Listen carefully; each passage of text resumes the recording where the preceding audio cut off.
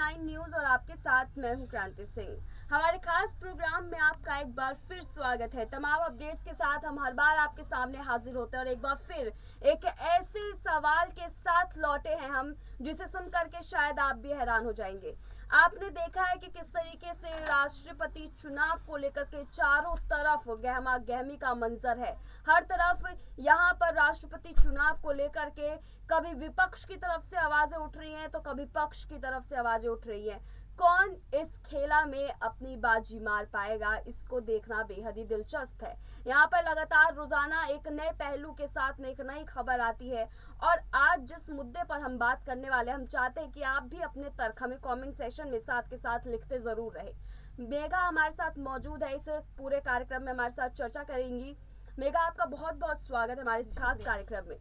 अभी जिस तरीके से हम देख रहे हैं मेघा कि चारों तरफ जो है राष्ट्रपति चुनाव को लेकर के काफी गहमा गहमी है, लेकिन इस गहमा गहमी के बीच में हमने तमाम मुद्दों पर बात की है, तमाम मुद्दों से हमने अपने दर्शकों को अवगत कराया है। लेकिन इन सब में एक अहम मुद्दा है जहां पर एक तरफ यशवंत सिन्हा फुल कॉन्फिडेंट दिखाई दे रहे हैं कि वो चुनाव में जीत दर्ज करेंगे, जबकि यहाँ तक कि उनके घर के लोग भी हार मान चुके हैं, लेकिन यशवंत सिन्हा हार मानने का नाम नहीं ले रहे हैं। तो उनकी जीत को लेकर के इस दावे ने अब क्या विपक्ष के लिए भी एक बड़ी मुसीबत खड़ी कर देगा, क्योंकि हमने जिस तरीके से देखा है कि विपक्ष भी जो है अब अपने बोल यहाँ पर बीजेपी के लिए बोलता हुआ नजर आ रहा है। तो क्या यहाँ पर बीजेपी के लिए बोलने वाले उन विपक्षी पार्टियों के लिए भी सबसे बड़ा खतरा यहाँ पर यशवंत सिन्हा होंगे? क्या यशवंत सिन्हा जो है अगर राष्ट्रपति पद के लिए उम्मीदवार जिस तरीके से घोषित किए गए और जीत दर्ज कर लेते हैं, तो क्या यहाँ पर विपक्षी पार्टियों को इसका खामियाजा भुगतना पड़ेगा? जी बिल्कुल, देखिए जिस तरह से तमाम विपक्षी पार्टियां एक होकर यशवंत सिन्हा को चुनाव के लिए आगे करती है, भरोसा तो सबसे पहले उन्होंने ही जताया था। लेकिन यहाँ देखने को मिल रहा है कि 18 जुलाई को चुनाव है और इससे पहले एक एक कर विपक्षी पार्टियां जो है यशवंत सिन्हा का दामन छोड़ते हुए नजर आ रही है, खुद का भरोसा जो है नहीं जता पा रही है। जिस तरह से ममता बनर्जी जिस तरह से सबसे आगे निकल कर आती है उम्मीदवार घोषित करने के लिए, इस पूरे विपक्ष को एक साथ लाने के लिए, अब वही ममता बनर्जी जो है द्रौपदी मुर्मू के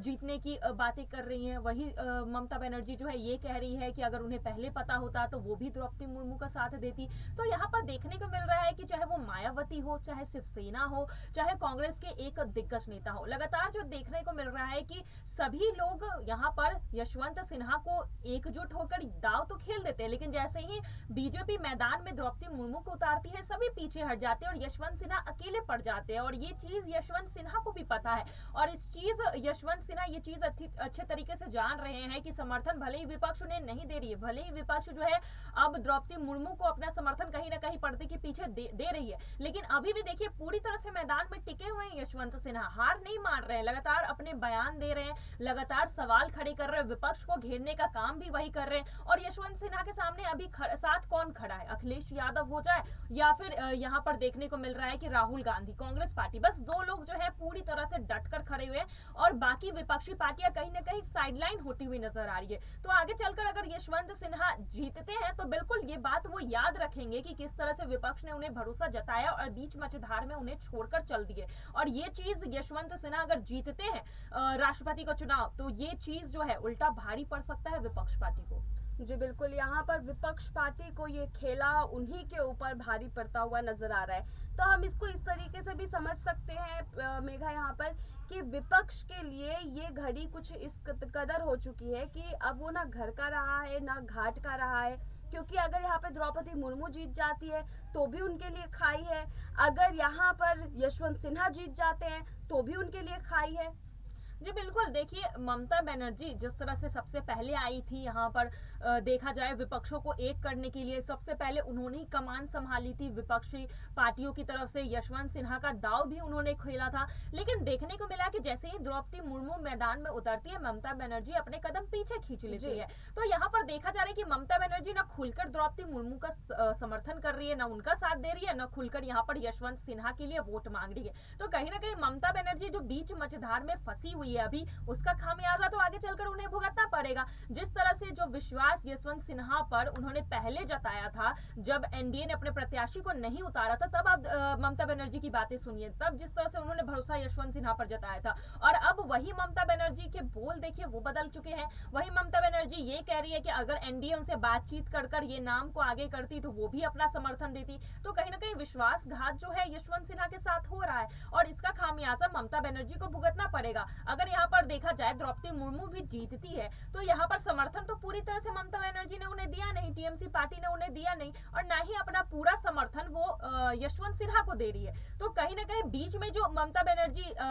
चल रही है कि ना इधर के भी रहे ना उधर के भी रहे, यहाँ पर सपोर्ट भी बीजेपी को दे साइड से और यशवंत सिन्हा से भी बना कर रहे, तो ये चीजें नहीं हो सकती है, और आगे चलकर इसका खामियाजा सबसे ज्यादा मुझे लगता है ममता बनर्जी को ही भुगतना पड़ेगा। जी बहुत बहुत धन्यवाद मेघा। अब इसके अलावा एक आखिरी सवाल आपसे ये है कि जिस तरीके से यहाँ पर राष्ट्रपति चुनाव में ममता बनर्जी विपक्षों को इकट्ठा करती है, उन्हें चुनावी मैदान में एक साथ लेकर के आती है और एक ऐसे चेहरे को लेकर के आती है सामने जो विपक्ष के ही बहुत करीबी रहे हैं और उन्हीं के ऊपर निशाना साधवाने की वो बहुत कोशिश करती है, लेकिन अंत में आकर के खुद पीछे होती है। तो इसका खामियाजा ये देखने को मिल रहा है कि आजकल यशवंत सिन्हा उनसे हटे से नजर आ रहे हैं। तो क्या इसके बाद जब उपराष्ट्रपति पद को लेकर के जब चुनाव होगा तो क्या वहां पर विपक्ष अपनी तरफ से कोई चेहरा नहीं खड़ा कर पाएगी? क्योंकि किसी भी चेहरे को उन पर भरोसा नहीं होगा कि ये हमें भी खड़ा कर देंगी और ये हमारे पीछे भी पीठ में छुरा भोंक देंगी। देखिए, जिस तरह से आपने उपराष्ट्रपति चुनाव की चर्चा की है, यहाँ पर कांग्रेस पार्टी इस बात को जान रही है, और कांग्रेस पार्टी की अगर बात करें तो प्रियंका गांधी ने साफ तौर पर कह दिया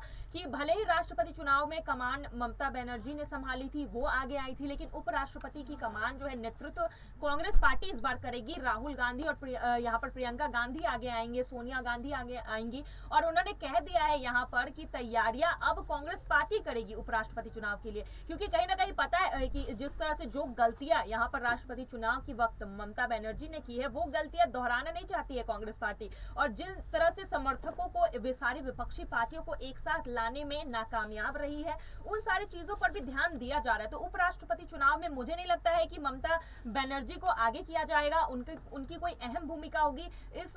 चुनाव का पूरा कमान जो है कांग्रेस पार्टी संभालते हुए अभी से ही नजर आ रही है, तो उपराष्ट्रपति चुनाव में इसके असर जो है अभी से पड़ते हुए नजर आ रहे हैं। तो मेघा, यहाँ पर मान सकते हैं कि ममता बनर्जी जो है वो विपक्षों से भी हाथ धो बैठी हैं? जी बिल्कुल। देखिए, जिस तरह से विपक्षों का भरोसा तोड़ा है उन्होंने, जिस तरह से राष्ट्रपति चुनाव की बात करें तो जो गलतियां मैं बोल रही हूँ, कांग्रेस पार्टी ने पहले यही गलतियां गिनवाई हैं कि पहले तो आप सभी विपक्षियों को एक साथ नहीं ला पाते हैं, छोटी मोटी जो विपक्षी पार्टियां हैं आप उन्हें किनारा कर देते। देखिए, आज आम आदमी पार्टी, AIMIM पार्टी, ये लोग समर्थन नहीं दे रही है अपना विपक्ष को, तो कहीं ना कहीं इन सभी पार्टियों को एकजुट करने में नाकामयाब रही है ममता बनर्जी, कहीं ना कहीं उन्हें जो है नजरअंदाज किया गया है। तो उनकी गलतियों से ही अब कांग्रेस पार्टी सीख रही है और कह रही है कि जो गलतियां यहाँ पर ममता बनर्जी ने दोहराई है, जिस तरह से सभी विपक्षी पार्टी यशवंत सिन्हा के नाम पर सहमत नहीं थे, लेकिन उसके बाद भी ममता बनर्जी ने उन्हें आगे किया, उम्मीदवार के तौर पर आगे किया, लेकिन फिर भी देखने को मिला कि उनकी जीत तय नहीं हो पा रही। तो इन सभी गलतियों से अब कांग्रेस पार्टी सीख रही है और कमान जो है उपराष्ट्रपति चुनाव का पूरी तरह से यहाँ पर